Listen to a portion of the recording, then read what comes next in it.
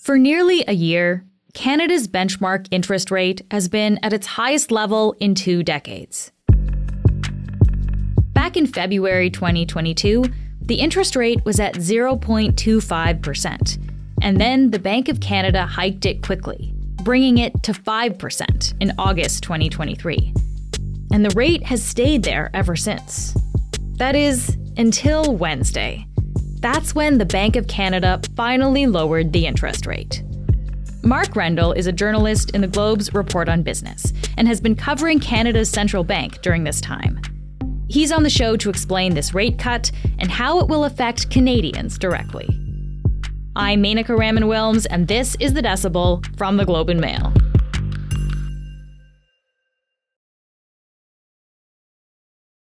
Mark, thanks for being here. I know this is a very busy day in the life of a Bank of Canada reporter. Thanks so much for having me. It's, a rate cut day is like Christmas for a BOC reporter. So it's an exciting day and great to be here to chat with you about it. Well, let's get into what actually happened then on Wednesday. So what did the Bank of Canada lower the interest rate to? And what did the governor, Tiff Macklem, actually say about why they did that? Yeah, so it was a big day. They cut the policy interest rate, which is the benchmark for the rest of the interest rate market, from 5% down to 4.75%. And that may sound like a small amount. It's only a quarter of a percentage point. But it's the first time they've cut in 4 years. And in fact, the first time they've cut since interest rates started going up very rapidly in 2022. Now, they pushed interest rates up very, very quickly because they were trying to get inflation back under control. The idea is you increase borrowing costs. That makes it more expensive to borrow money. So it kind of acts as a gigantic brake on inflation. And the idea is you're slowing the economy to slow down the pace of inflation, which in the summer of 2022, it got as high as 8%. Now that's 4 times the Bank of Canada's target.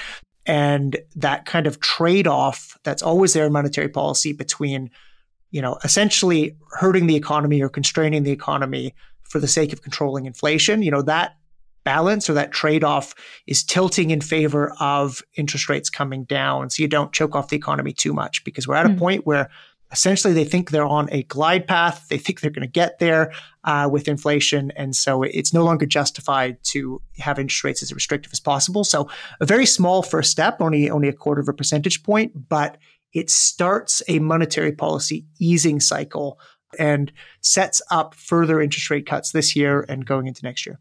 Why only a quarter point cut? Like, why not a half point? Why not even a full point? So central bankers are they're a pretty cautious lot, and they tend to like to move in small increments if they can. Certainly, when they were pushing interest rates up, they were doing really big steps in 50 basis point increments, 100 basis point increments. That would be like 50 is like a half point. Half 100 point. Is a full point, yeah. Full percentage point, right? So they're going really, really fast to get interest rates up. Now they're coming back down. They're moving more slowly. They're moving more gradually. Going forward, you might not even see a rate cut at every single rate decision. They could potentially skip interest rate decisions. So there's lots of uncertainty about kind of what happens next. It's clear that rates are going to come down, but it's probably going to be a kind of slow and gradual process. So if they're being so cautious here, I guess I have the question on the other side of things then. Why not play it more safe? Like, would there have been a risk in just keeping the rate at 5%? There is a risk. I mean, right now, interest rates at 5%, which is, the highest in 20 years, that's a very restrictive level. That chokes off economic activity. So there is a risk that if you wait too long, you can push the economy into a recession. Let's talk about making this decision, Mark. So I guess I want to get a sense of how difficult a decision this is for the central bank. It sounds like it's kind of a bit of a tricky dance. Has the bank struggled with making the right call in the past? It is a tough decision. It's a tough decision for a number of reasons, but not least because the bank's made a couple of errors, a couple of pretty big errors in the last few years. When inflation took off in 2021, they kind of sat on their hands for months and didn't start raising interest rates. They thought that inflation would be transitory, that it would come back down, and they got burned by that. And by the time they maybe didn't act as quickly as they maybe should have at that point? It's exactly it. Yeah, they should have started raising interest rates faster than they did. They've subsequently acknowledged that. And so that was a mistake. And that that made them essentially have to play catch up through 2022 and 2023 to get inflation back under control. So, having made that error a couple of years ago, it makes them nervous. They've essentially been scarred by the experience of high inflation. That's the central banker's ultimate nightmare. They basically have one job. Their one and only job is to keep inflation under control. And central banks, not just the Bank of Canada, but all around the world, they kind of botched that job coming out of the pandemic. And so there's been a lot of reticence at central banks to essentially shift things into reverse and start easing monetary policy because we've had such a big inflation shock. They don't want to risk that coming back again. So let's actually look at some of the details behind this decision here, Mark, that led them to make this cut. What are some of the economic indicators that they were looking at? So the biggest thing was the inflation numbers, which have been pretty good. So inflation, which was running as high as 8% in mid-2022, has come down a lot. A lot of price pressures of easing, and that's both the prices of goods and the prices of services. All told, when you put it all together, headline consumer price index inflation, which is the kind of target that they're aiming for, has been below 3% since January. And that's important because the Bank of Canada, while it targets 2% inflation, it has a control band of 1% to 3% kind of around the target. And so for the whole course of the year so far, inflation has been in that target range. It was 2.7% in April, which was the latest number we have. And a lot of the other kind of what they call core indicators of inflation, which is when you start dicing up the consumer price index basket, when you start like stripping out volatile prices like for food and energy. This is the CPI we often talk about. Yeah, exactly. The consumer price index basket. And those core measures of inflation have all been trending lower.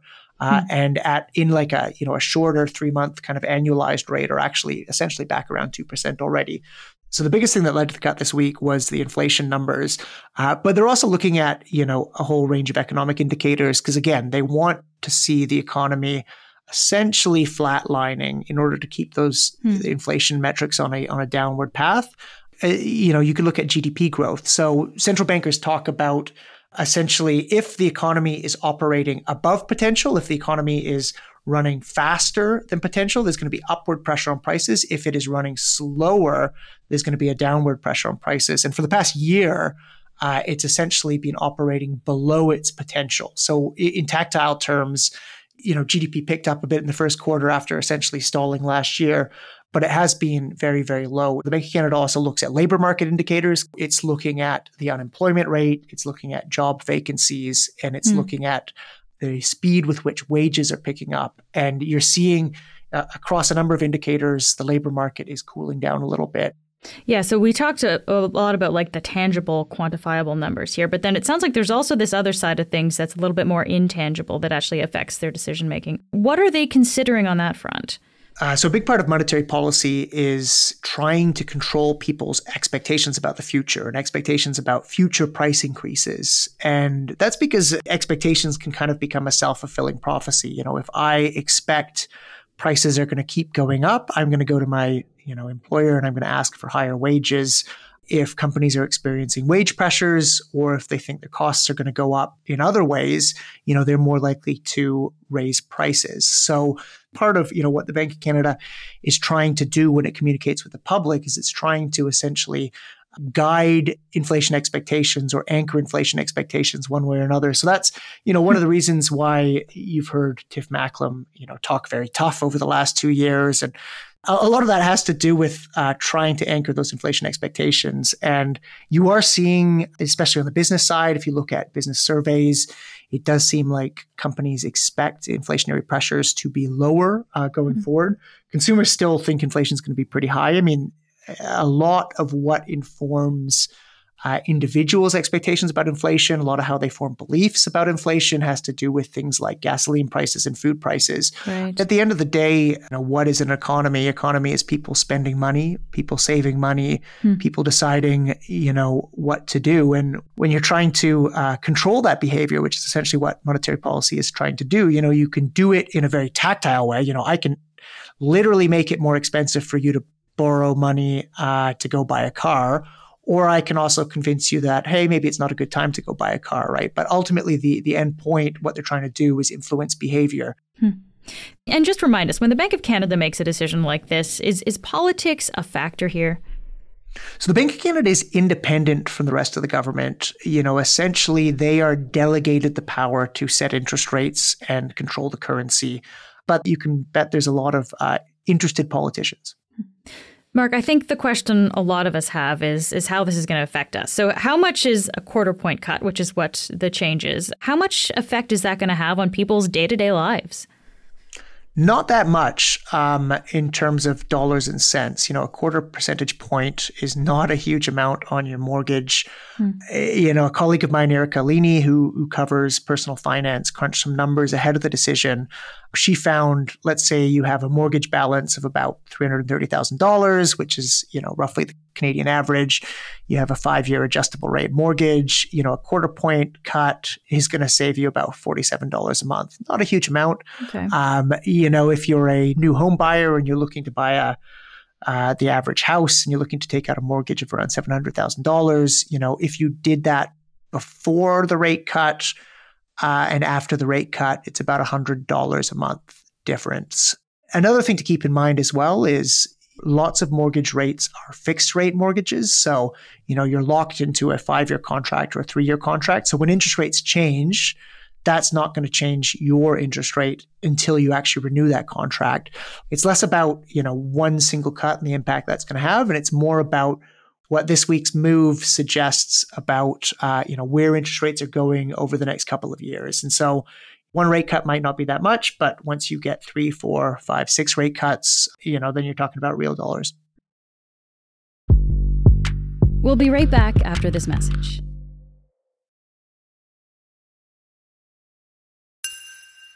Okay, so Mark, we've looked at how this will affect individual Canadians, but let's look more broadly now at the housing market. What might be the effect on the housing market in Canada? Well, you can bet that a lot of realtors were pretty excited to see the cut this week. The housing market has essentially stagnated over the last 2 years. There's a lot of people who cannot qualify for mortgages at the current high interest rate level. Lots of sellers who've been sitting on the sidelines because they don't know, where the market's going to go. They don't know where prices are going to go. So waiting until they can potentially get a better price is the idea? Yeah, they're waiting. They're waiting to see the direction of the market. Nobody wants to be the sucker that bought or sold at the exact wrong time. So what the impact of that's going to be on home prices remains to be seen. There's certainly, usually when interest rates start coming down, that typically pushes up house prices. More potential buyers coming into the market means more people bidding for houses. So that affordability problem, that is rooted in big, broad structural supply and demand issues. There is a lot of demand for homes in this country. There's rapid population growth, and there is a chronic undersupply. Not enough homes are being built. So, interest rates can impact market dynamics, but at the end of the day, you're not going to solve affordability by cutting interest rates a couple of times. So during the announcement on Wednesday, Bank of Canada Governor Tiff Macklem also talked about the U.S.'s central bank. So I want to ask you about this, Mark. The U.S.'s central bank is called the Federal Reserve, and he talked about how its decision can affect our interest rate. We can gear monetary policy to the needs of the Canadian economy. So we don't need to move lock and step with the Federal Reserve. There are limits to how far we can diverge from the United States, but we're not close to those limits. And Mark, just help me understand this. What are these limits that Macklem is talking about? So it has to do with the Canadian US dollar exchange rate. So if the Bank of Canada starts cutting interest rates and the Federal Reserve does not start cutting interest rates, you are going to get downward pressure on the Canadian dollar. That's good news if you are an exporter.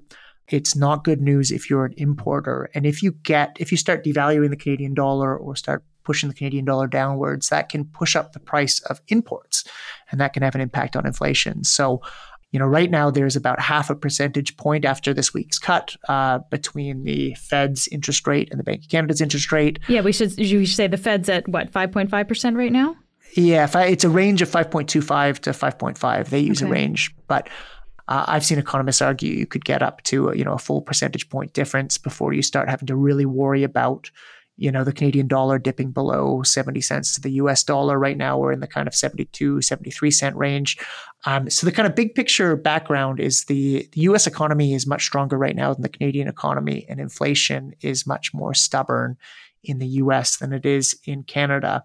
And so the US Federal Reserve is likely going to start cutting interest rates later in the year as opposed to over the summer. So, markets right now are kind of betting potentially on a Fed rate cut in September, but it could be pushed back even later. So that's essentially the potential divergence there, is if the Fed doesn't start cutting till later in the year and the Bank of Canada gets a couple of cuts down the road, then you could start seeing that showing up in the Canadian dollar exchange rate. So are other countries' central banks also cutting rates, or is Canada kind of an outlier here?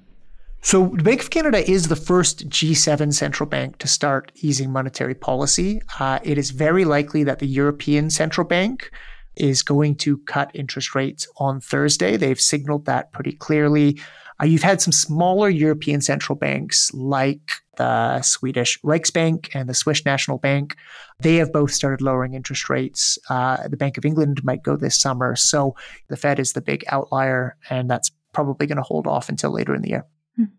Just in our last few minutes, Mark, let's look ahead here at what the Bank of Canada might do in the coming year. So what can we expect from interest rates over, I guess, the rest of this year and even into next year?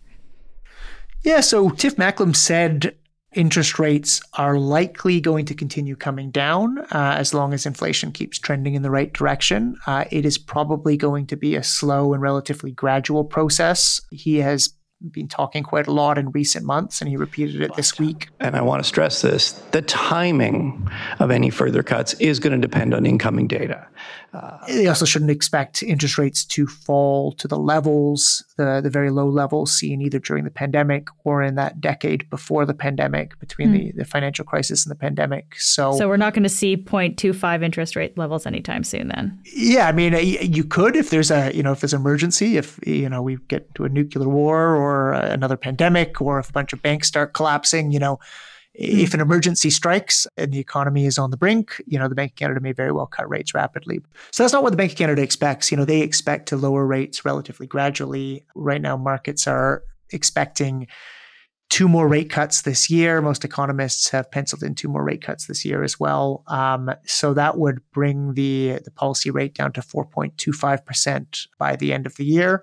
If the economy takes a turn for the worse, if those mortgage resets, which are going to see some pretty large payment shocks in the coming year or two, if those start to bite harder, you could see the Bank of Canada pick up the pace and cut interest rates more. But certainly their message today was expect rates to come down relatively gradually.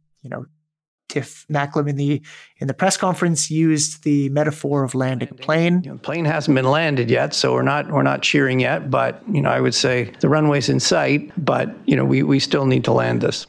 So the Bank of Canada is not popping champagne bottles yet, but things are certainly developing the way they want them to develop, and that's got us to where we are this week, which is a pretty monumental shift in economic policy and a historic moment that kind of caps off several turbulent years for the central bank.